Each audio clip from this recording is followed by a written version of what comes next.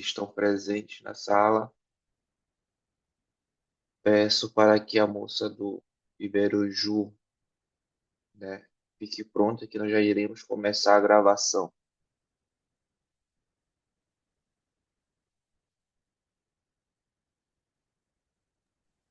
Iniciamos a gravação. Tá. Bom dia a todos os presentes. Começamos hoje o quarto Congresso Internacional de Sustentabilidade, Ambiente e Direitos Fundamentais, o quarto CONISAF, realizado presencialmente aqui na Universidade da Amazônia, UNAMA, em Belém do Pará.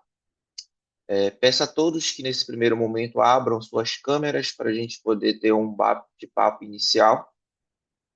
E aqui na minha lista nós temos 6 apresentações.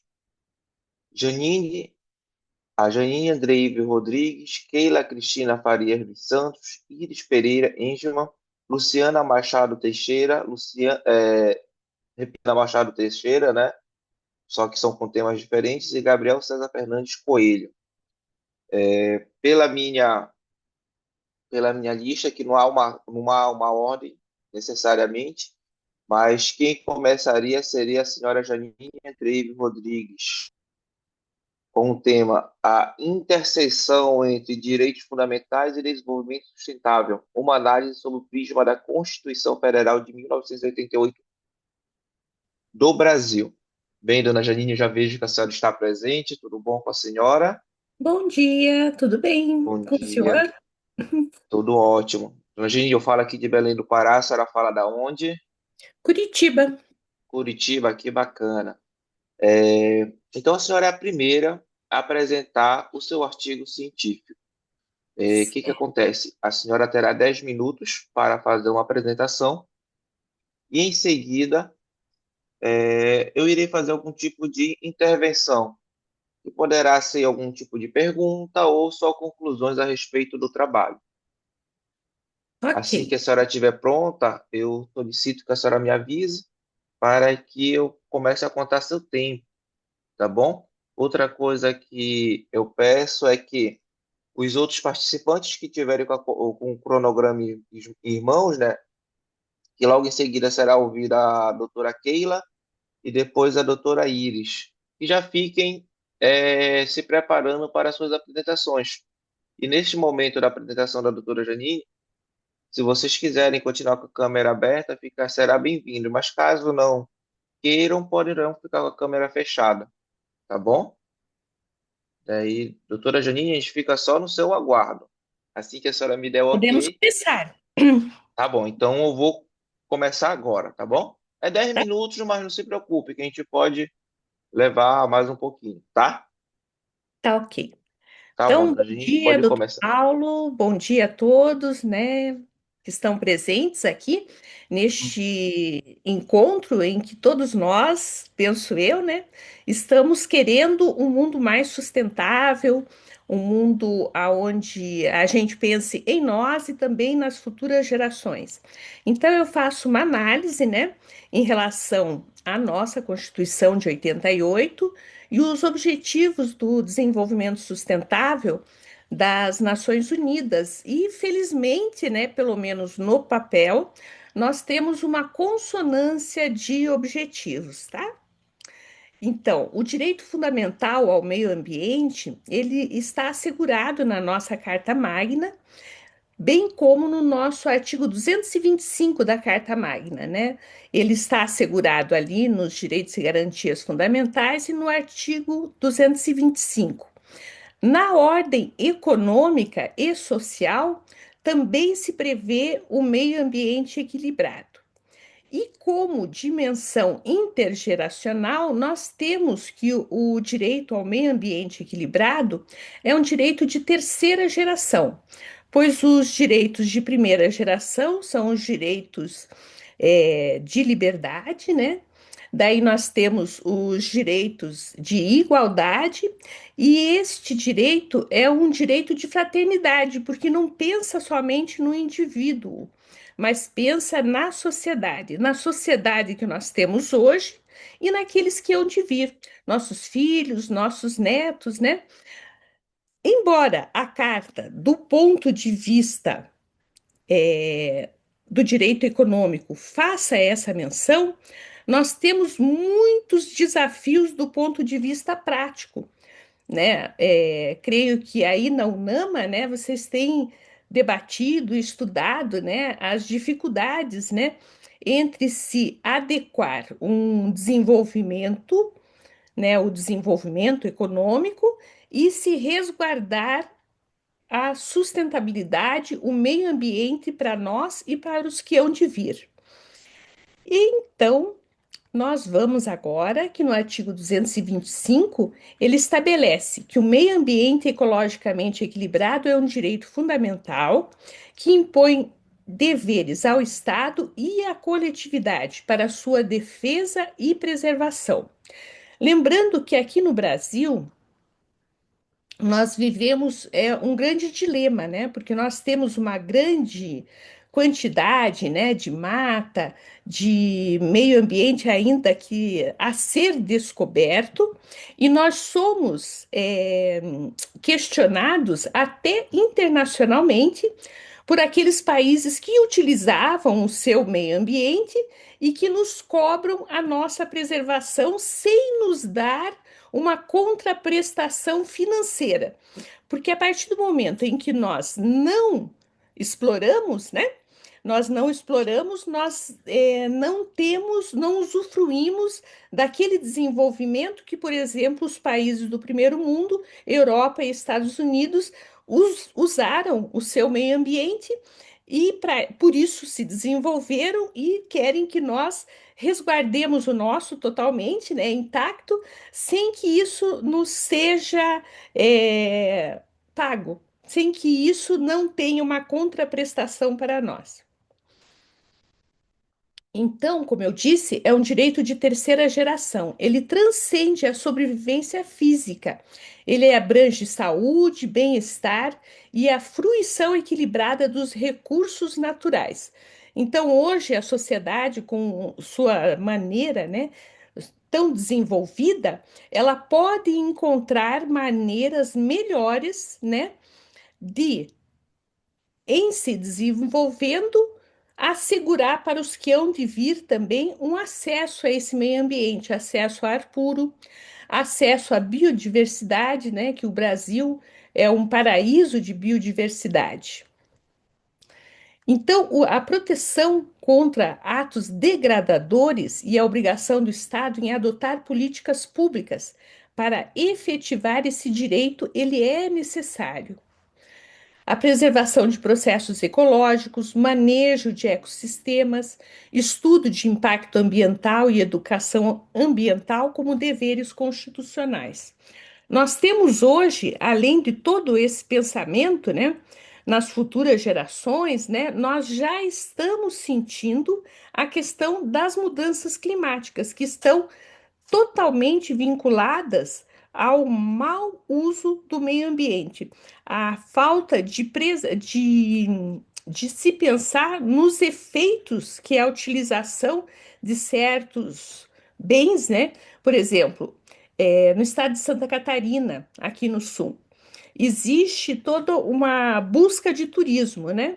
Mas quando se investe demais no setor imobiliário, né, tirando toda a proteção das montanhas, o que que nós temos? Nós temos inundações, temos estragos, né? No Rio Grande do Sul, o que que aconteceu? Todo aquele alagamento lá, o que que foi? Foi uma falta de se preservar, de se preparar para essa mudança climática que já está acontecendo.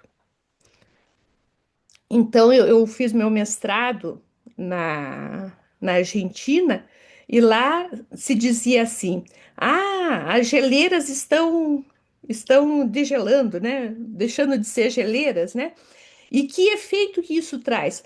Como que isso acaba mudando o nível do mar e como que isso vai nos afetar? Então, quando a gente está falando aqui de desenvolvimento sustentável, de que isso está assegurado na Constituição, nós estamos falando da nossa vida, da nossa sobrevivência e em cada estado, né, existe uma condição. Eu sou nascida em Rondônia, embora criada no Paraná. Então, as queimadas trouxeram, alguns anos atrás, uma mudança no ar lá do estado de Rondônia. Por quê? Porque muito fogo, muita queimada. Quer dizer, além de se degradar o meio ambiente e estragar o nosso ar, a madeira não era nem aproveitada, era queimada para se fazer pastos, né? Então, o desafio: harmonizar esse crescimento econômico, trabalhar pela justiça social, proteção ambiental, assegurando existência digna e defesa do meio ambiente. Essa justiça social, ela está muito clara, porque quando se degrada o meio ambiente, as populações mais vulneráveis são as mais afetadas. Elas não usufruem da riqueza, mas a degradação ela é socializada. Nós vemos isso assim claramente na população que são os catadores, porque os catadores eles não usufruíram dos bens da riqueza, mas lhes restou, né, sobreviver daquilo que se pode reciclar daquela riqueza. São desafios grandes que nós temos. O uso adequado dos recursos naturais e meio ambiente urbano equilibrado, eles são fundamentos da função social da propriedade e do desenvolvimento urbano. Estamos aqui falando desse dever ser, de como que a gente espera que aconteça, né? Com acesso à educação, à pesquisa e com políticas públicas necessárias e urgentes. A sustentabilidade, ela orienta normas e políticas públicas buscando equilíbrio entre a viabilidade econômica, justiça social e proteção ambiental. Nós temos muitas comunidades, né, antigas que sabem como usufruir dos bens sem degradá-los, né? Aqueles que vivem da extração de castanha e tudo mais. Agora precisamos desenvolver, eu acredito que a UNAMA deva estar nesse caminho, de como aliar este desenvolvimento, esta maneira de se sobreviver e manter a floresta, e ao mesmo tempo pesquisar a nossa biodiversidade e registrá-la. Porque nós já tivemos problemas com o cupuaçu, que havia sido registrado, né, internacionalmente, e recentemente eu vi mais uma planta nossa, né, da nossa riqueza natural, porque a Organização Mundial do Comércio, ela permite que a partir do momento que você faça uma transformação, você registre um item, né, da biodiversidade nacional, né, no caso brasileira, e que até nós ficamos daí impedidos de utilizar comercialmente aquela coisa. O do cupuaçu, nós não ficamos impedidos graças a uma pesquisa da Embrapa, que tinha um registro anterior com o cupulate. Então, o cupuaçu, nesse sentido, nós conseguimos resguardar a soberania nacional, né, no registro do cupuaçu. A preservação ambiental e a dignidade humana, é claro, né? A gente fala de ser humano, né? Estamos falando de desenvolvimento sustentável, né, nesta natureza, lembrando que nós somos também natureza.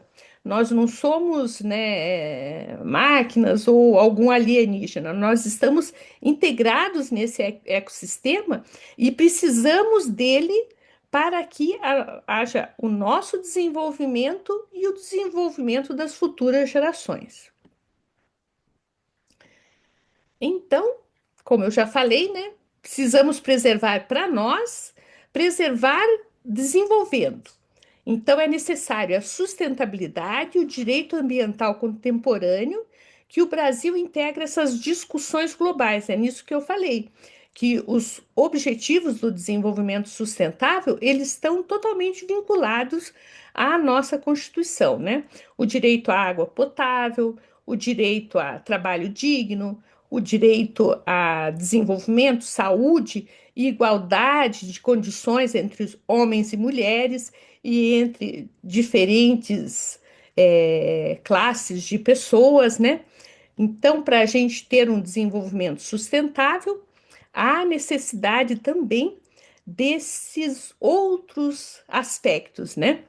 Então, as 169 metas, elas abordam dimensões econômicas, social e ambiental, com o objetivo de promover a erradicação da pobreza, a proteção ambiental e trazer para nós a prosperidade almejada. Então, é necessário a participação social para um futuro justo e sustentável. As pressões sobre recursos naturais, desmatamento, poluição e desigualdades dificultam a consolidação da sustentabilidade. Lembrando que nós somos um país de dimensões continentais. Então, em muitos aspectos, embora nós tenhamos já a legislação, ainda não temos como fiscalizar todo o território nacional para a implementação desta legislação. E há muito que se melhorar também na legislação, porque houve mudanças recentes, né, que não foram tão sustentáveis. Como eu falei, o conflito, né, vamos dizer, é o desafio. Como ter o progresso econômico e a proibição ambiental. Lembrando um princípio, né, de direitos fundamentais, que é a proibição do retrocesso. Então, aquilo que nós já temos assegurado, a gente não pode voltar para trás. A gente pode conseguir mais, mas voltar para trás não pode. Então, a salvaguarda contra medidas que reduzam a proteção ambiental vinculada a cláusulas pétreas constitucionais. Educação para conscientização, tributação ambiental e pagamento por serviços ambientais como incentivos à sustentabilidade. Nesse sentido, né, eu falei aqui, o fortalecimento da fiscalização é necessário, né, e integrar as dimensões social, econômica e ambiental, que é um direito fundamental autônomo que guia ações estatais e privadas. E nesse ponto aqui, eu coloco a necessidade, né, de verbas internacionais para que nós possamos desenvolver a pesquisa da nossa biodiversidade, sem que, com isso, a gente impeça a nossa população de prosperar. É necessário. Então, É, já está na oi? consideração final, né, Janine? A gente já está com 15 minutos. Opa! Então, seria só repetir, né? Muito agradecida e vamos ser otimistas, né, de que isso venha acontecer cada vez mais. Muito grata. Até logo. Parabéns, Janine, pela apresentação do trabalho. É sempre muito importante falar a respeito do direito ambiental, desenvolvimento sustentável, ainda mais nessa quadra do século, né, que nós estamos passando. E aqui na região amazônica, nós lidamos com isso todo dia e ver um trabalho vindo de fora, né, sendo apresentado hoje aqui no quarto CONISAF, que está, por um acaso, dentro da região amazônica, é de extrema relevância. Mas de tudo que você apresentou, eu fiquei só em dúvida quanto ao seu referencial teórico, se a senhora pudesse comentar a respeito, qual foram os autores que a senhora utilizou para o desenvolvimento do trabalho. No mais, o trabalho está muito bom, Janine. Perfeito.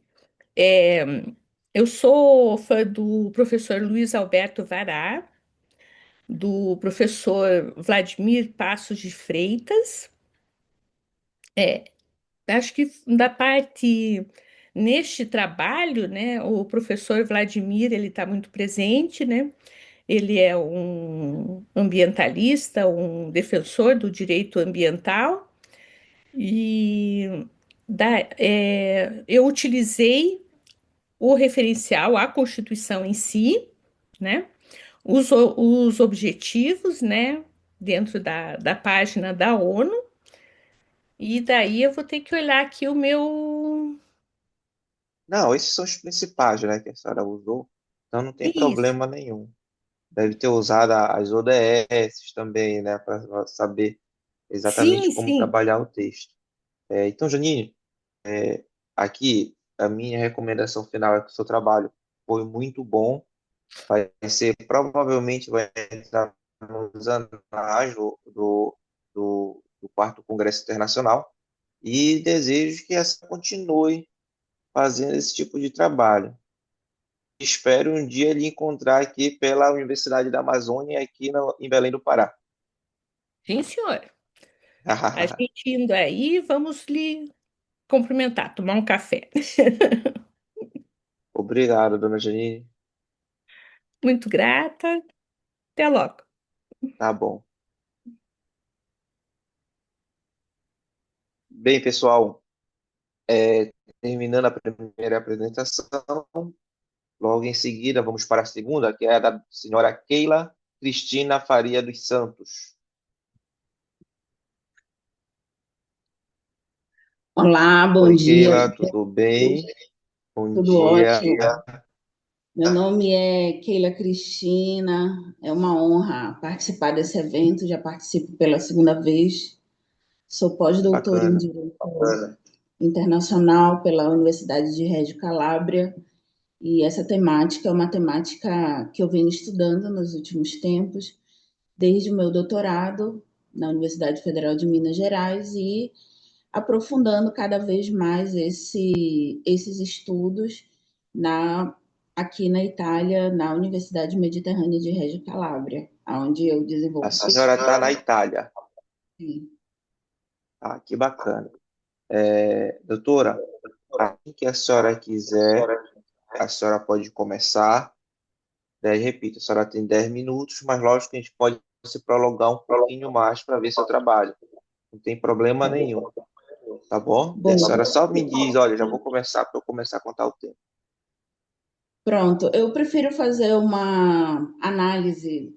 Como o tempo é pouco, são só 10 minutos e são muitas informações, eu prefiro explicar gradativamente. Eu fiz aqui um slide, mas eu não sei se a gente vai conseguir realizar. Doutora, a senhora apresenta do jeito que a senhora se sentir mais confortável, tá? Eu acredito que a senhora está com dois aparelhos aí que tá dando microfonia, Sim, exato. não Rapidinho, tá? deixa eu... Então, para não ter problema na gravação, a senhora apresenta do jeito que a senhora ficar mais confortável, e fica essa questão da microfonia só pela questão da gravação, tá bom? Mas assim, só fique totalmente à vontade. Quando eu falo 10 minutos, necessariamente não são 10 minutos, a gente pode prolongar um pouquinho mais, desde que a senhora dê o seu tempo.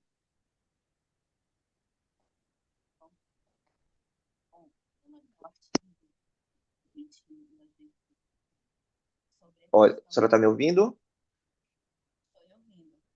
Não está saindo seu áudio. Está saindo bem baixinho. Agora está? Agora está ótimo. Então pronto. Então vamos lá.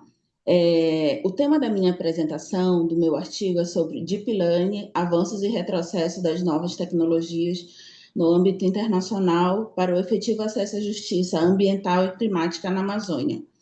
Bom, esses são estudos que eu realizei inicialmente na Universidade Federal do Pará, onde eu realizei a minha graduação há alguns anos atrás, e essa foi uma temática bastante relevante para mim. Por quê?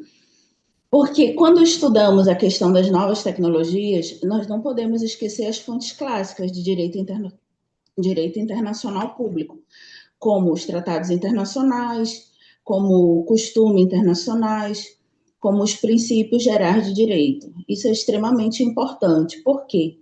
Porque elas terão reflexo direto nas próprias fontes auxiliares do direito, como as decisões judiciais, como a doutrina, que temos uma grande relevância.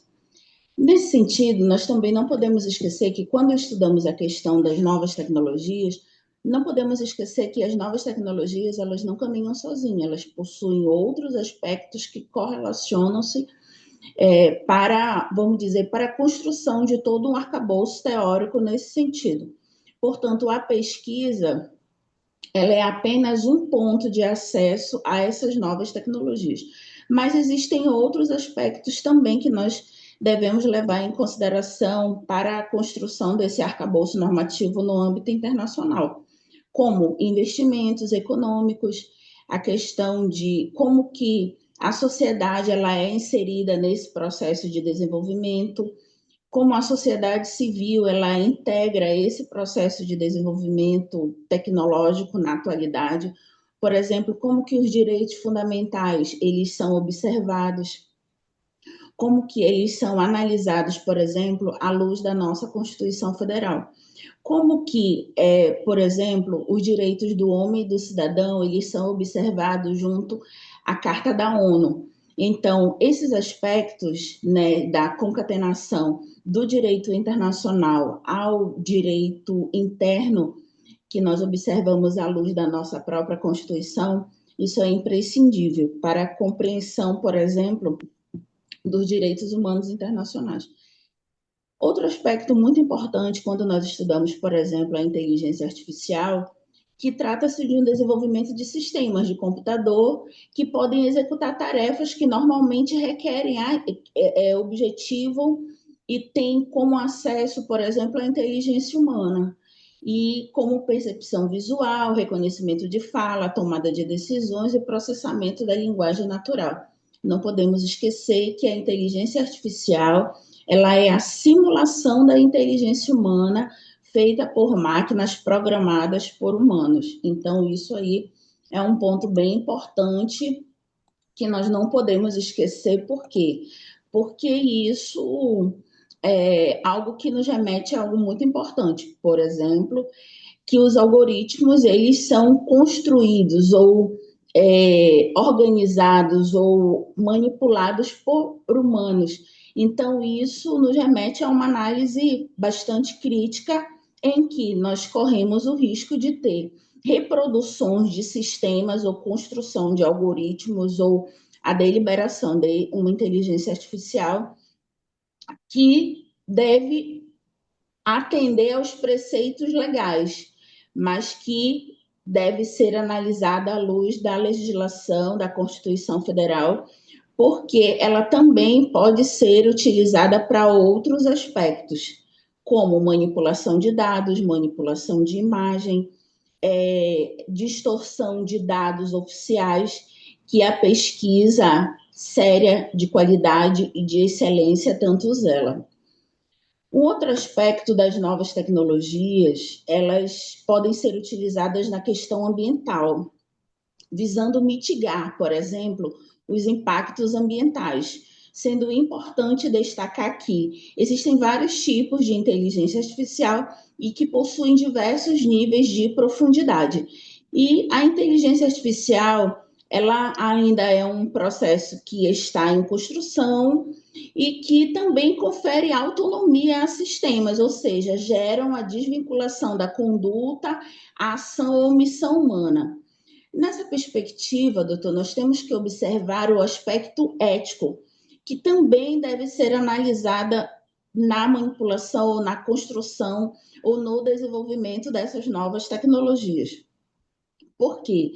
Porque os algoritmos eles devem obedecer preceitos fundamentais, por exemplo, buscando garantir que esses impactos eles sejam positivos para a sociedade e que respeitem os direitos humanos fundamentais, por exemplo, como nós preceituamos no artigo 5º da nossa própria Constituição Federal. Então, isso é basicamente a questão ética que deve ser analisada e observada dentro da inteligência artificial.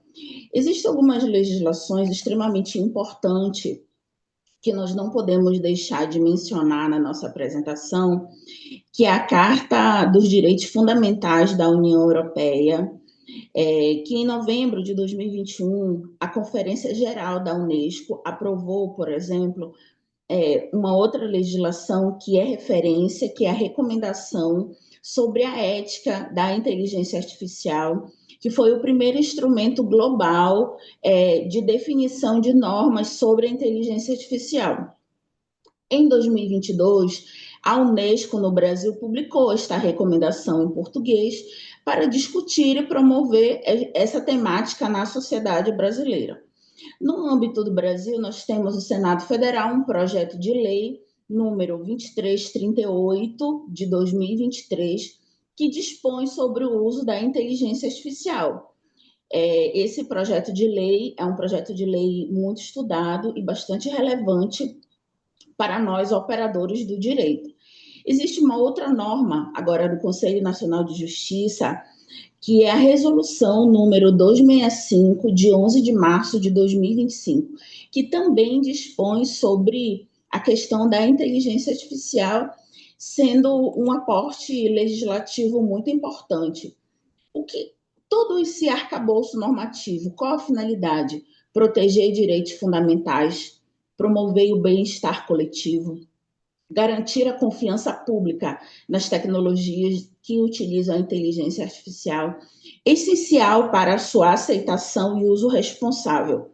Também é prevenir impactos negativos e mitigar, por exemplo, graves danos ou impactos ambientais e visa também maximizar os benefícios sociais, econômicos e ambientais. Quando falamos da Amazônia, no que tange a questão ambiental, isso é imprescindível, porque isso nos remete, por exemplo, aos grandes projetos da Amazônia, que impactam diretamente a população local, porque os impactos ambientais desses grandes projetos, quem acaba ficando com esse passivo ambiental acaba sendo a população local e que muitas das vezes não tem a recompensa, não tem, por exemplo, um contraponto, né, para aquela deliberação, por exemplo, negativa que aquele impacto promoveu. Estimular também o debate e a colaboração entre desenvolvedores desse sistema, legisladores, especialistas em ética, a sociedade civil para criar diretrizes e regulamentações adequadas. Nós já temos aqui 10 minutos, então eu vou passar para as considerações finais, já que o tempo Se a é senhora muito tiver mais pouco. um, se a senhora quiser levar por mais um tempinho, não tem problema não, doutora. Tá? É porque eu fiz aqui um slide, mas só que como iria ficar muito extenso, eu resolvi falar para ser bastante objetivo. Então, já deu aqui os 10 minutos, mas eu vou para as considerações finais, muito importante dentro dessa apresentação e que pode servir de estímulo para os pesquisadores que estão começando ou para os pesquisadores que estão militando na área ou aprofundando seus estudos na área em debate. Por exemplo, a primeira consideração final que eu fiz em relação ao meu artigo é o seguinte: os sistemas regionais de proteção aos direitos humanos possuem um papel relevante nesse processo de desenvolvimento social e tecnológico, uma vez que as perspectivas de ampliação e de fortalecimento desses sistemas de proteção, no caso de direitos humanos, ocorre fundamentalmente pelo fato de estarem mais próximos daqueles beneficiados em ações voltadas para a sua proteção e garantia dos direitos sociais. Ou seja, essas novas tecnologias, elas devem observar a questão dos direitos humanos internacionais, que possui todo um ordenamento jurídico no âmbito internacional, observando internamente as normas de direito interno, do ordenamento jurídico interno do Brasil, né?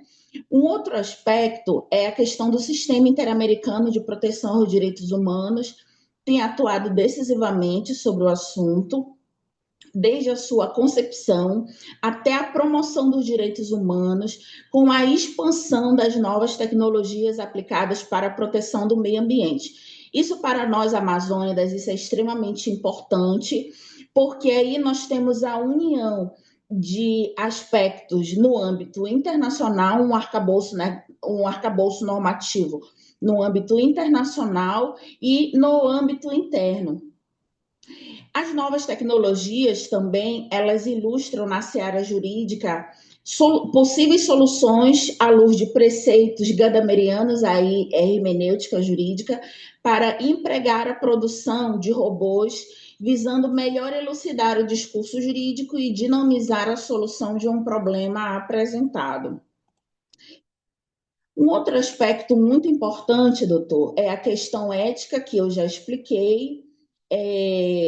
Um aspecto crítico diante dessas novas tecnologias é que elas não equacionarão todos os problemas do judiciário para o efetivo acesso à justiça, como nós sempre estudamos lá na obra do Mauro Capelletti, do Acesso à Justiça, mas certamente contribuirá para novos elementos tecnológicos de inovação no âmbito interno e no âmbito internacional, atendendo uma interpretação do direito na atualidade e visando o desenvolvimento e mitigação dos impactos jurídicos e tecnológicos na moderna sociedade global.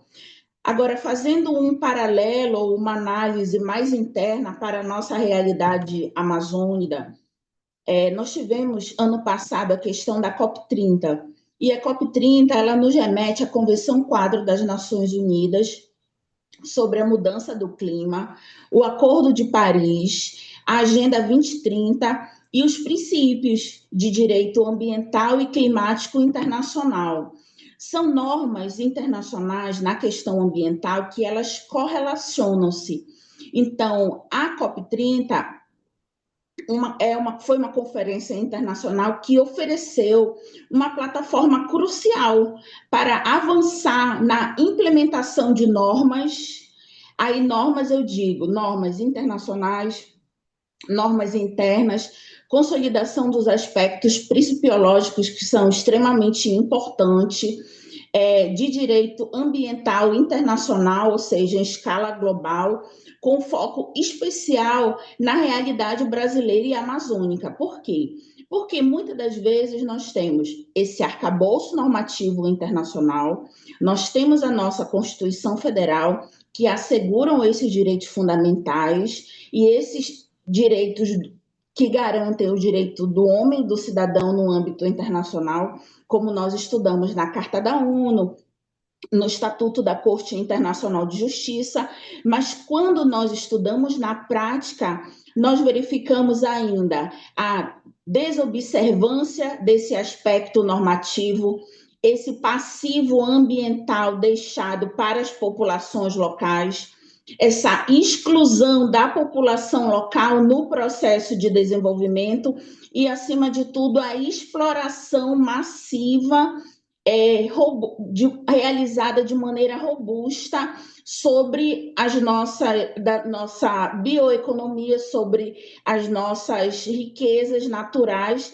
que são em grande parte exportadas, exploradas, e que muitas das vezes esse retorno ele não acontece para a população local, agravando a desigualdade, agravando os impactos ambientais e, acima de tudo, violando aspectos legais, constitucionais e preceitos internacionais consolidados no ordenamento jurídico internacional e no ordenamento jurídico interno. Isso é imprescindível observarmos enquanto operadores do direito para que tenhamos a efetividade das garantias fundamentais e, acima de tudo, tenhamos a consolidação e o efetivo exercício da cidadania para as populações tradicionais e povos da Amazônia. É isso. Muito obrigada. Bom dia. Tudo de bom. Parabéns, doutora. Só levou os 15 minutos. Tá ótimo.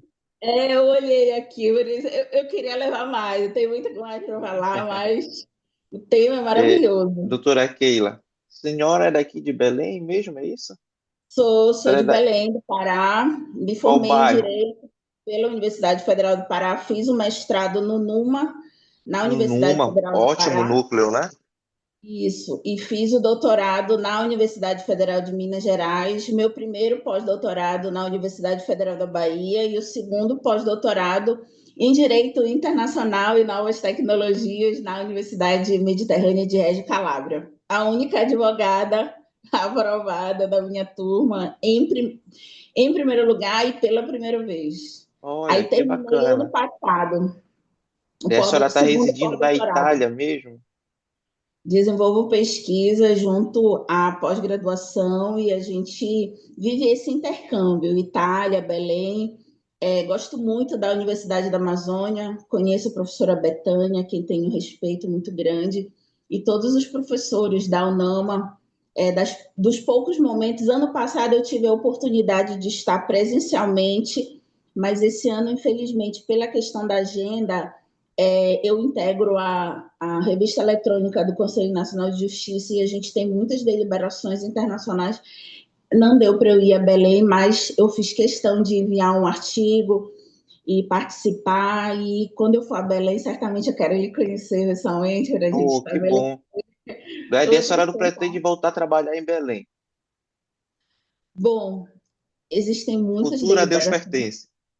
Isso, existem muitas deliberações internacionais, doutor, que nos encanta, principalmente em relação ao incentivo à qualidade, o respeito ao pesquisador e, acima de tudo, a responsabilidade para lidar com a pesquisa de excelência acadêmica. Isso eu tive grandes mestres na minha base, na Universidade Federal do Pará, e que eu sou advogada há 22 anos, então isso para mim é imprescindível, a responsabilidade com a pesquisa para com a informação. O estado do Pará, ele é encantador, mas no que tange ao investimento de pesquisadores de ponta, nós ainda, e É capital complicado. financeiro para investimento. Existem instituições que se destacam por romper barreiras e esses paradigmas e que aglutinam profissionais de ponta, como a UNAMA, mas os investimentos ainda eles são Não entendo. muito restritos, né? E as universidades fora do país, por exemplo, a realidade que eu vivo de investimento, de pesquisa, de intelectualidade, isso é extremamente importante. E o respeito para com o pesquisador, para com o profissional, em outros países, com outros, por exemplo, a Universidade Mediterrânea de Reggio Calabria, eles têm uma parceria muito forte com a Universidade da Cracóvia. Então, você percebe que existe, por exemplo, um investimento muito elevado em euro nessa perspectiva. E eles estudam muito a Amazônia. E isso é muito encantador, porque muitas das vezes nós que somos amazônicas e carregamos essa marca dentro da nossa essência, nós sabemos da nossa realidade, mas muitas das vezes você tem pesquisadores falando da nossa realidade sem conhecê-las na prática. Então, é por isso que nós temos a responsabilidade, enquanto operadores de excelência da área do direito, de realizar a melhor apresentação e trazer os melhores arcabouços normativos e, e bradar de maneira muito séria, muito segura e de maneira excelente as nossas raízes, onde quer que Ah, estejamos, em parabéns, qualquer lugar do doutora. mundo. Parabéns mesmo. Muito feliz de saber do seu sucesso. Eu fico É, mais feliz ainda é o seguinte, que nós paraenses, nós temos um estigma de plantar nossas raízes aqui e não sair, né? Que gosta da nossa terra. E quando eu vejo uma pessoa fora, eu fico muito feliz. Só tem uma coragem que poucos teriam. Eu não tenho o que comentar sobre o seu trabalho. Quem seria eu para comentar o seu trabalho, né? Não tenho que comentar, apenas de parabenizar e esperar que quando a senhora venha aqui ao estado do Pará, venha aqui na Universidade da Amazônia conhecer o nosso programa de Direitos Fundamentais, quem sabe até palestrar, doutora. Muito obrigado, tá bom? Doutor Paulo, obrigada por tudo. Que Deus abençoe o seu trabalho e todas as suas deliberações intelectuais em relação à pesquisa enquanto operador do direito e que as suas, é, as suas sementes científicas, as suas produções intelectuais, elas tenham muito êxito, não apenas no âmbito interno e regional do nosso estado, no Brasil e, quiçá, no mundo. E estou à disposição sua, da instituição NAMA, do Iberoju, a quem eu tenho um respeito muito grande pelo professor Fábio, e vamos interagir da melhor forma possível. Sucesso a todo o evento. Obrigado, doutora. Parabéns. Mas... Professor Obrigada. Paulo, Tchau, tchau.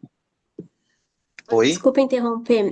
Nós temos na sala o professor Rui Zeferino. Devido a problemas de agenda, ele precisa apresentar antes. O painel dele não Pode é esse, apresentar. mas acredito que ele já esteja na sala. Professor Então Rui, pode colocá-lo. ele não está respondendo, mas eu mandei uma mensagem no chat. Assim que ele responder, eu aviso.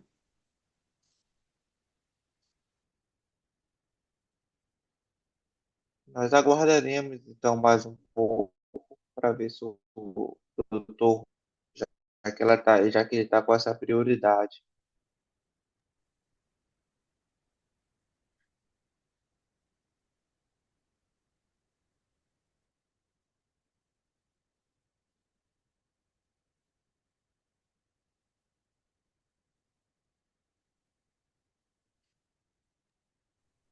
Ele não está respondendo, professor. Acho que podemos continuar assim que ele responder, eu aviso e Podemos ele continuar? apresenta. Sim, Então, acho melhor.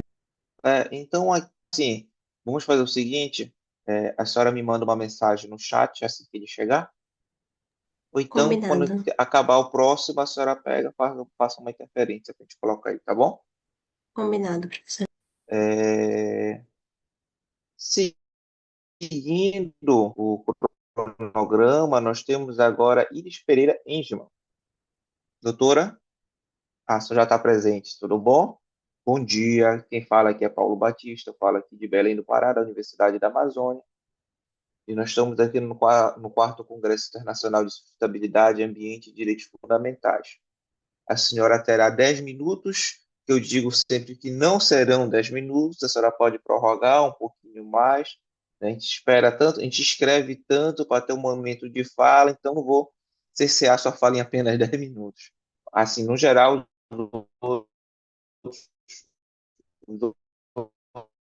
as outras duas moças que apresentaram levaram 15. Então, se a senhora puder levar entre 10 e 15 minutos, ok, eu começo a marcar seu tempo e comece a sua apresentação.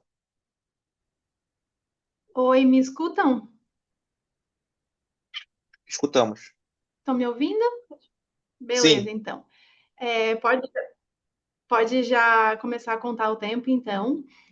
Bom dia a todos, né? Eu não sei se a colega Keila é boa tarde ou é bom dia por causa do fuso, mas dizer, no primeiro momento, né, que é uma felicidade estar participando aqui desse evento.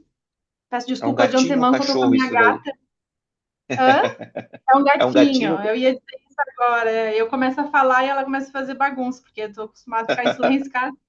Para, garota. Tem problema nenhum. Então, só me apresentar, então, meu nome é Iris, eu sou doutoranda aqui na Universidade Federal de Santa Catarina, sou aqui do Sul.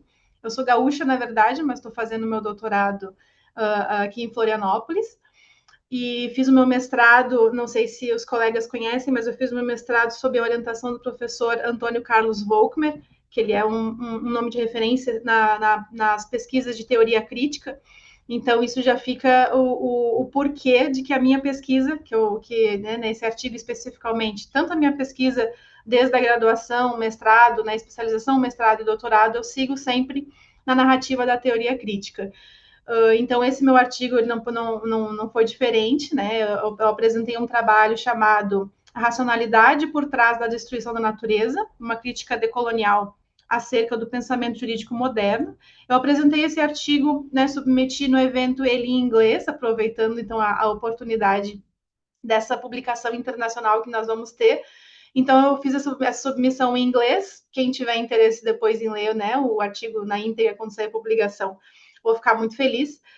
Mas vou fazer, por óbvio, a minha apresentação em português por conta, né, dos colegas aí para ficar mais dinâmico.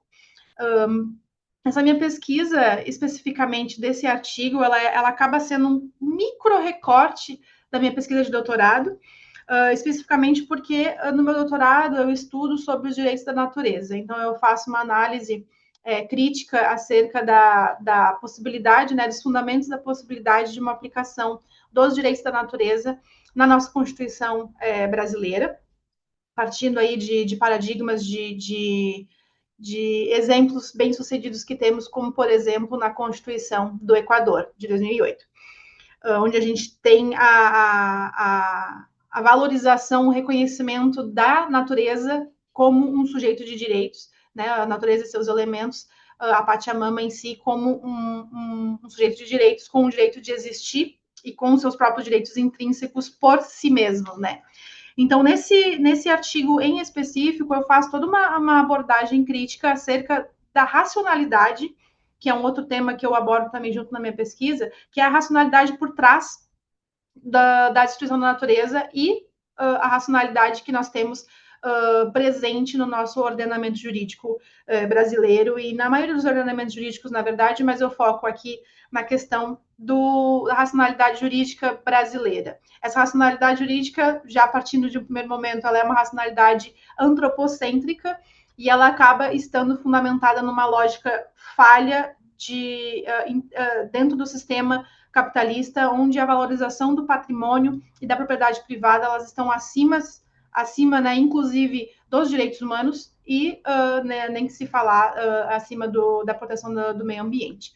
Então, retrocedendo um pouquinho, eu já antecipo que essa minha pesquisa, né, ela tem um marco teórico no pensamento decolonial, então eu faço uma análise a partir das epistemologias do Sul, a partir dos textos produzidos desde o Sul, né, como autores como, por exemplo, Aníbal Quijano. Aníbal Quijano, ele é um escritor peruano que é referência quando a gente vai falar sobre pensamento decolonial, né? Ele cunhou o termo colonialidade do poder, que é da onde a gente parte, toda a nossa crítica sobre os aspectos da colonialidade presentes na modernidade, no nosso sistema, na nossa realidade, né, hoje, como esses aspectos reflexos do colonialismo se estendem ao longo do tempo, mesmo após encerrado o processo de colonização.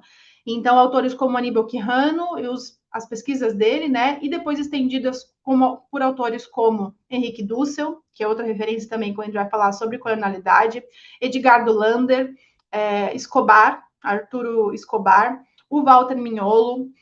Tem uma outra escritora também, que é a Catherine Walsh, que ela é norte-americana, se eu não me engano, e ela também faz esses estudos a partir da América Latina, e outros membros, então, do que a gente chama de modernidade, colonialidade e decolonialidade, né? O grupo MCD. Esse grupo ele tem o objetivo específico de fazer esses estudos analisando o projeto da modernidade, né? E aqui, tendo em vista nosso tempo reduzido, eu não posso, né, entrar a fundo na explicação de todos esses elementos, porque se eu falo de um, eu tenho que falar de outro, né? Senão, é que nem os filhos, né? A gente não pode ter um filho favorito, então não posso aprofundar num tema e deixar outro raso. Então, eu vou tentar fazer uma pincelada, né, assim, por tudo, para tentando abranger tudo, mas deixando sempre o adendo, né, a observação de que esses temas são temas extremamente complexos, né, e que merecem a sua profundidade, a sua devida profundidade, e que, caso os colegas se interessem pelo assunto, né, eu tenho artigos para recomendar, inclusive esse próprio que eu submeti, né, que vai depois ter a publicação. Fica aí o convite aos colegas à leitura, tá? Então, voltando à questão do projeto da modernidade, eu parto a minha pesquisa da noção de que a modernidade em si, ela começou, né, a se desenvolver a partir de 1492, com a invasão dos europeus na América Latina. Então, esse pressuposto contextual e lógico de que a gente tem uma dinâmica de colonização em 1492, com os europeus invadindo as Américas como um todo, e esse processo de desenvolvimento do projeto da modernidade, ele acaba se dando numa dinâmica muito específica de hierarquização, né, de submissão, de silenciamento do outro, aí que a gente tem o surgimento dessa dualidade entre nós e eles, entre superiores e inferiores, em toda essa dinâmica de hierarquia que ela vai se construir com base na submissão dos povos originários e da população negra, e também na questão do trabalho, né, do controle pelo trabalho. Então, esse projeto da modernidade, partindo dessa noção de colonização, a gente tem todo um desenvolvimento da nossa sociedade, que vai ser chamada de sociedade moderna, a partir daí, que ela vai se estruturando nessas dinâmicas de hierarquização e, inclusive, após os processos de independência. Então, é o que a gente vem chamar de colonialidade, que é um conceito completamente diferente de colonialismo, né? O colonialismo, ele é um aspecto de dominação histórica, é um processo histórico em que uma população, um povo, invade outro lugar e faz essa colônia. Esse processo de colonialismo ele é um processo histórico realizado num espaço-tempo. Enquanto que a colonialidade, ela é o reflexo, né, os resultados das consequências desse processo de colonialismo. Então, a colonialidade, ela acaba sendo uma esfera de análise socioambiental, né, e política, econômica, ela vai estar presente em todos os aspectos da nossa sociedade enquanto existência, e essa noção ela vai acabar se aplicando também quando a gente vai falar sobre natureza. Então, a noção de relação dos seres humanos com a natureza, ela está embasada fundamentalmente nessa noção de colonialidade, que é o que a gente vai chamar de colonialidade da natureza, que é essa noção de colocar a natureza, o meio ambiente como um todo, todos os seus elementos, né, seja fauna, flora, água, montanhas, pedras, todos os elementos referentes à natureza e ao planeta como um todo, separado dos seres humanos. Então, essa noção, que é o que a gente vem falar de noção de separação ontológica entre natureza e seres humanos, fez com que o ser humano interpretasse a natureza como um objeto, né, como recurso, como bem. E a noção de bem, ela está vinculada à propriedade, e essa noção de identificar a natureza num elemento separado dos seres humanos, ela passa a partir de uma compreensão de que isso existe para as necessidades humanas. Então, a natureza estaria a serviço dos seres humanos para, né, satisfazer as necessidades humanas. Então, essa noção de separação ontológica é o que a gente vem chamar posteriormente de relação cartesiana, porque o pensador René Descartes, ele vai fazer, né, o filósofo, ele faz toda essa análise dessa separação entre mente e corpo, e toda uma noção que aí, enfim, não posso aprofundar, mas toda essa noção de que a natureza, ela não possui uma mente, ela não é que nem os seres humanos, então ela é intrinsecamente inferior, não apenas separada, mas inferior. Então, ela está à disposição para ser explorada, destruída, certo? Então, essa racionalidade é o que a gente vem chamar, ou seja, o modo como o ser humano encara a natureza, e aí quando eu falo ser humano, eu estou falando de seres humanos como um todo, e os predominantes no nosso sistema mundo, porque nós temos parte dos seres humanos, né, parte de populações que são especificamente os povos originários, que eles têm essa relação diferente com a natureza. Então, essa racionalidade diferenciada desses povos originários é o que a gente vai tentar resgatar aqui nessa pesquisa, de justamente demonstrar que essa racionalidade que nós temos no nosso sistema jurídico, que ela é antropocêntrica, ou seja, ela tem o ser humano no centro como único capaz de ser um sujeito de direitos, extrapolando aí, inclusive, o absurdo de que a gente tem a possibilidade de reconhecimento de empresas como sujeitos de direitos e não temos da natureza, né, como sujeito de direitos. Então, essa noção do nosso sistema jurídico de ser antropocêntrico e desse caráter intrínseco econômico capitalista de proteção de patrimônio e de bens materiais acima de qualquer outra coisa, acaba resultando no que a gente tem hoje, que são as chamadas mudanças climáticas, mas eu não gosto dessa nomenclatura porque não são apenas mudanças no clima, né? É um desequilíbrio climático. Então, o desequilíbrio climático que a gente vive hoje, essa crise ambiental atual, de acordo com os estudos, né, a partir das epistemologias do Sul e do pensamento decolonial, elas são pensamentos demonstrando que a ação humana com essa racionalidade perante a natureza é o que vem resultando, então, nessa destruição tão profunda e absurda da natureza e dos resultados que a gente identifica por conta dessa destruição. Então, acredito que eu tenha me alongado. Quanto tempo falta, Paulo? Me atualiza, porque me empolguei aqui. Doutora, a senhora está com 11 minutos. Perfeito, então já vou encerrar. Fechou. Obrigada. Então, só então dois outros referenciais teóricos que eu acho importante citar, três na verdade, é que quando a gente vai fazer todo esse tipo de raciocínio, vai partir da noção da revolução ecojurídica do Capra e Mattei, né? Fritjof Capra, não sei pronunciar o primeiro nome dele, mas é o Capra e o Hugo Mattei. Eles vão fazer todo um estudo sobre a revolução ecojurídica, justamente demonstrando a necessidade de mudança desse paradigma, né? E também, para a gente poder ter esse tipo de discussão com profundidade, tem que partir das teorias do pensamento complexo, de Edgar Morin, e da epistemologia ambiental de Henrique Leff. Então, fica até o compartilhamento com os colegas de que aqui na UFSC nós temos um grupo de pesquisa chamado Graciojur, onde a gente tem o professor Henrique Leff, inclusive, como patrono, ele é um economista mexicano, e o professor Henrique Leff, ele é referência em estudos sobre epistemologia ambiental e racionalidade ambiental. Então, no nosso grupo de pesquisa, o que a gente tenta fazer? Que é justamente buscar a resposta para todos esses problemas que eu falei aqui com vocês hoje, que é tentar trazer essa racionalidade ambiental, essa racionalidade diferente em relação à natureza, para dentro da racionalidade jurídica e tentar pesquisar aí uma forma de combinar essas racionalidades para que a gente consiga, dentro da nossa realidade, por óbvio, né, que a gente não pode ficar também pensando em fantasias de mudança completa, bota tudo fora e cria um novo. Não é assim que funciona, né?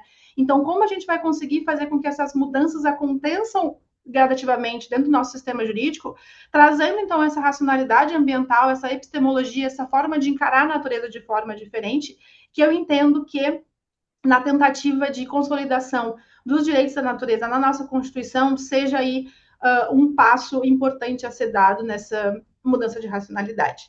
Então, fica aí o convite para explorarmos juntos esse assunto, né? Eu sei que eu vou um pouquinho na contramão do que os trabalhos geralmente costumam apresentar, porque eu trago muito mais essa crítica e essa busca por respostas do que, de fato, uma resposta, né?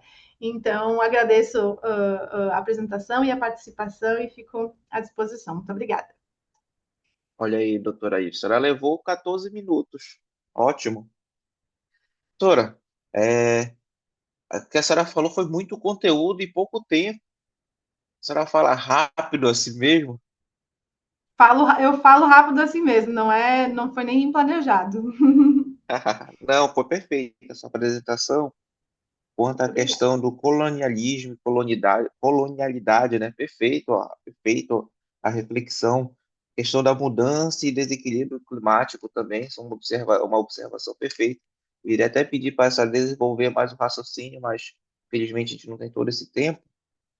Mas eu fiquei curioso para saber que a senhora disse para lhe procurar. Lógico, teria além da gente procurar seus artigos e tal, talvez a senhora teria um Instagram ou algum outro site, alguma forma de divulgação do seu trabalho para que os outros Eu, pudessem.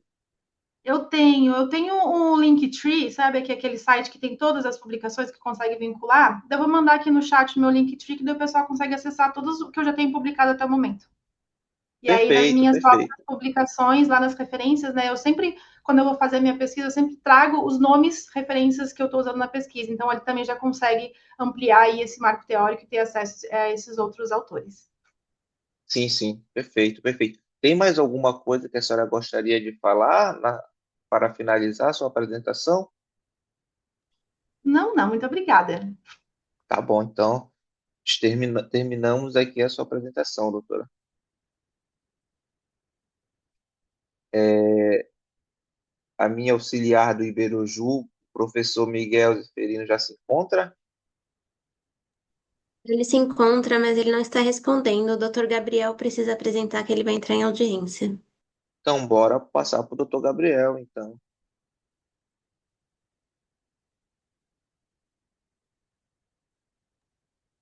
Perfeito, perfeito, doutora Iris. Eu vou já copiar e colar aqui para ver. Eu vou lhe procurar.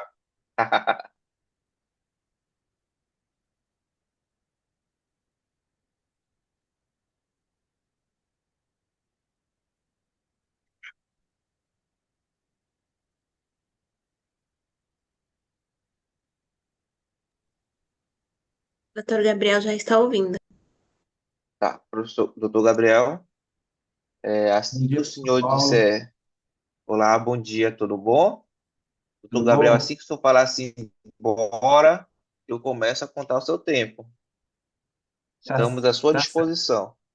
Obrigado, professor. Obrigado à senhora que está moderando aqui pela antecipação. Eu vou ter uma audiência daqui a pouco. Eu solicitei antecipação, ela deferiu. Eu agradeço aí a oportunidade de estar aqui, podendo apresentar o meu trabalho, que trata um pouco também sobre a nossa realidade amazônica. Eu ouvi parte da fala da professora Keila, né, que é paraense. Eu também sou nortista, sou amazonense, aqui da região norte, então eu falo aqui também da região da Universidade Federal do Amazonas, e o meu objeto de pesquisa também está relacionado com a nossa realidade local aqui, direitos fundamentais de crianças e adolescentes na Amazônia.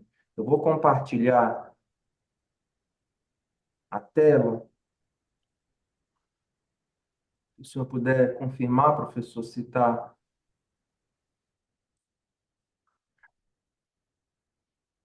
aparecendo. Apareceu, doutor. Inefetividade das políticas públicas na proteção dos direitos fundamentais das crianças e adolescentes na Amazônia, é isso? Isso, professor. Apareceu. Então, obrigado. Quando o senhor autorizar, eu... O senhor pode começar no momento que lhe for mais adequado, professor. Estou aqui Obrigado. no seu aguardo, tá bom? Tá certo. Obrigado. O título da apresentação e do artigo científico é Inefetividade das políticas públicas na proteção dos direitos fundamentais das crianças e adolescentes na Amazônia. Eu sou mestrando da Universidade Federal do Amazonas, no mestrado de Constitucionalismo e Direito na Amazônia, da Faculdade de Direito.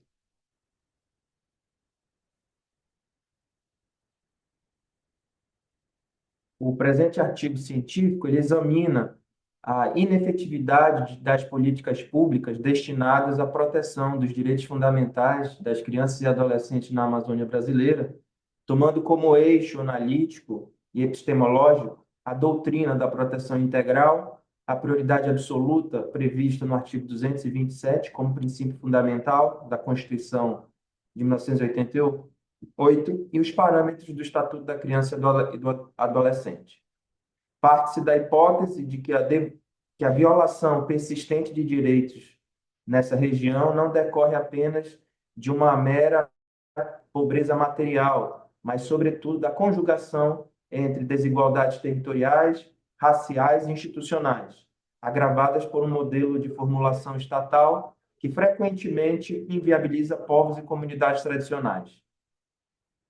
Conclui-se que a proteção dos direitos fundamentais na Amazônia exige políticas intersetoriais, territorializadas, radicalmente sensíveis, climaticamente orientadas e construídas com participação comunitária, sob pena de perpetuação de um quadro de exclusão incompatível com os preceitos fundamentais da Constituição, do ECA, e com os Objetivos de Desenvolvimento Sustentável da Agenda 2030 da ONU.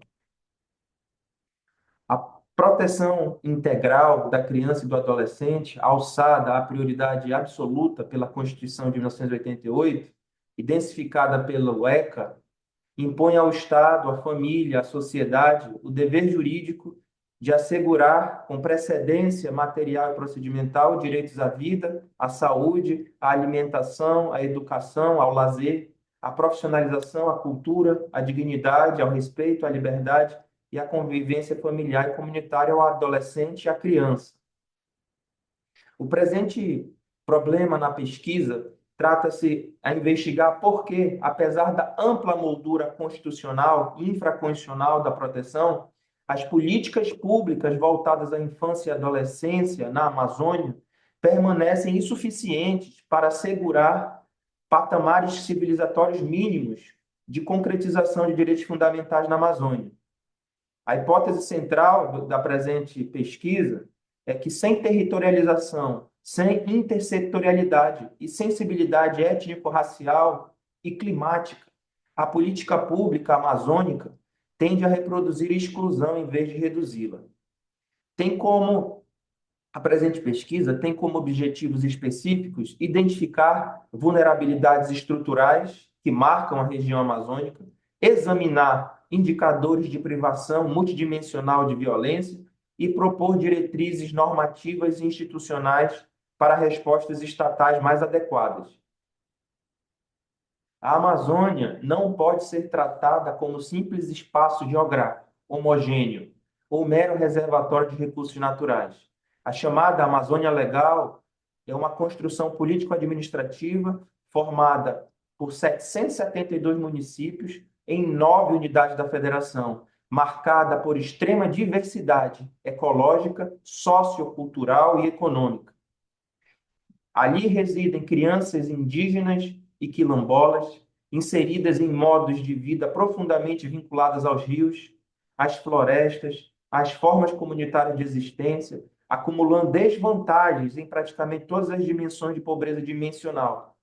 Também se encontram no território crianças ribeirinhas que participam de comunidades dispersas por extensas áreas de baixa densidade demográfica, frequentemente sem saneamento adequado, sem energia regular, água tratada ou equipamentos públicos próximos.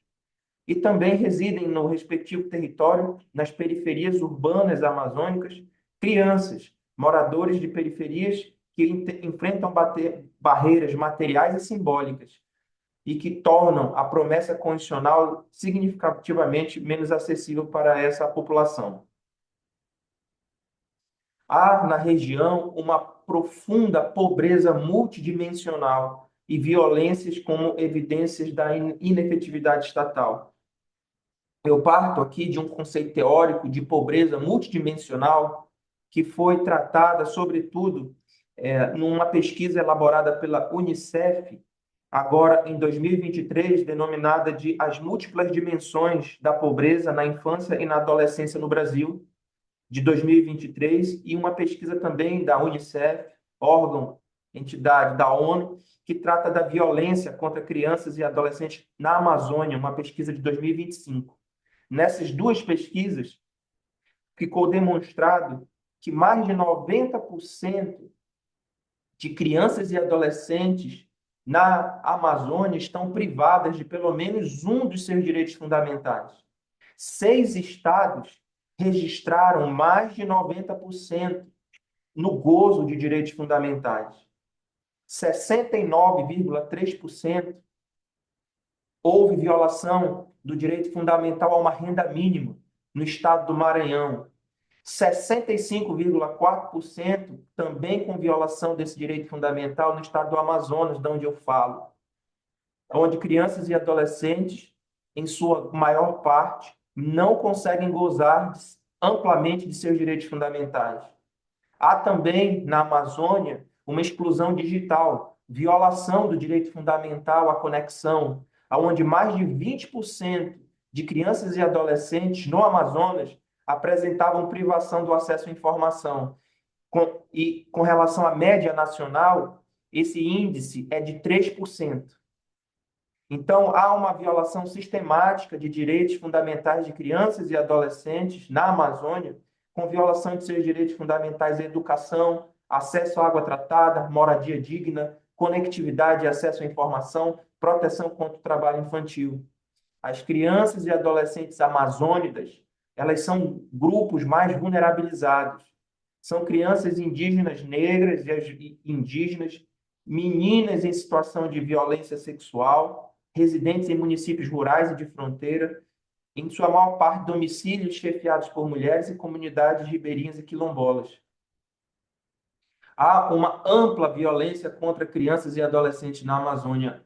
O período de recorte 2021 e 2023 houve uma comprovação de que o direito fundamental à proteção contra exploração e violência também foi violado. A Amazônia Legal registra crescimento expressivo de estupros, maus-tratos e mortes violentas intencionais, com maior exposição de meninas, adolescentes, populações indígenas e moradores de áreas rurais e de fronteira, com base na pesquisa 2025 da Unicef. 2.998 crianças e adolescentes foram vítimas de mortes violentas intencionais. 31.819 crianças e adolescentes foram vítimas de estupro ou estupro de vulnerável registrado na região no mesmo período. 10.125 crianças e adolescentes foram vítimas de maus tratos na Amazônia Legal entre 2021 e 2023.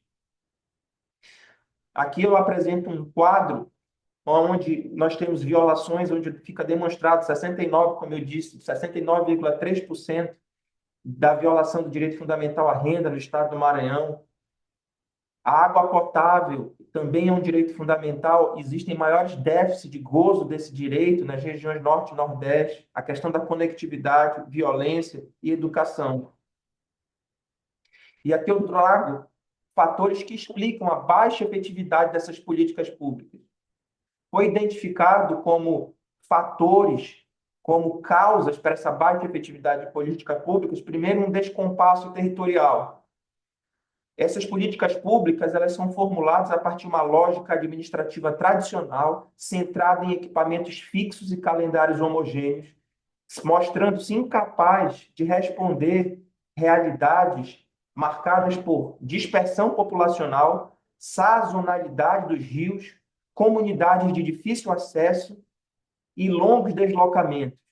Políticas públicas formuladas sem considerar esses fatores produzem cobertura formal sem acesso material do direito. Também foi identificado um subfinanciamento crônico dessas políticas públicas.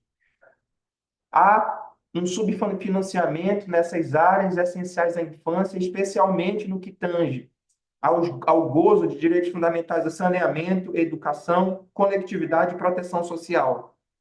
Estados amazônicos operam com valores de investimento em saneamento muito inferiores aos outros estados da federação, tendo um perpetuamento de déficit de infraestrutura e de seus impactos sanitários e locais, com base na pesquisa do Instituto Trata Brasil de 2021. Há também como causa uma fragmentação institucional. Prevalecem na região ações setoriais descontínuas e pouco integradas entre saúde, educação, assistência social, segurança pública, saneamento, transporte, justiça e meio ambiente. O efeito dessa falta de política integrada é a transferência do ônus da articulação para famílias e comunidades já vulnerabilizadas. Há também a invisibilização dessas populações marginalizadas. Quando povos indígenas, quilombolas, ribeirinhos e populações periféricas não participam efetivamente da definição das prioridades públicas, o resultado são a adoção de políticas e soluções externas, exógenas e pouco aderentes às dinâmicas locais, com baixa apropriação comunitária. Por fim, também foi identificada uma desconexão climática e ambiental. Crianças e adolescentes são desproporcionalmente afetados por secas, enchentes, contaminação hídrica, queimadas e insegurança alimentar, mas permanecem também quase ausentes do centro da legislação e dos programas climáticos brasileiros, com base em uma pesquisa da Unicef de 2022. E aqui eu trago cinco diretrizes para uma proteção integral territorializada. O texto traz propostas de solução para combater essa inefetividade de políticas públicas.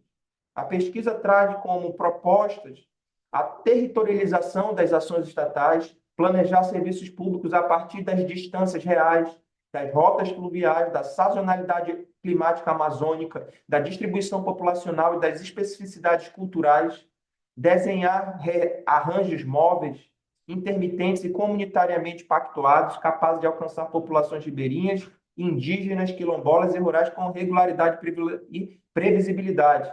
É necessário também uma intersetorialidade vinculante, estabelecer mecanismos normativos, orçamentários, informacionais que obriguem à atuação coordenada de políticas públicas de saúde, educação, assistência, saneamento, segurança e justiça.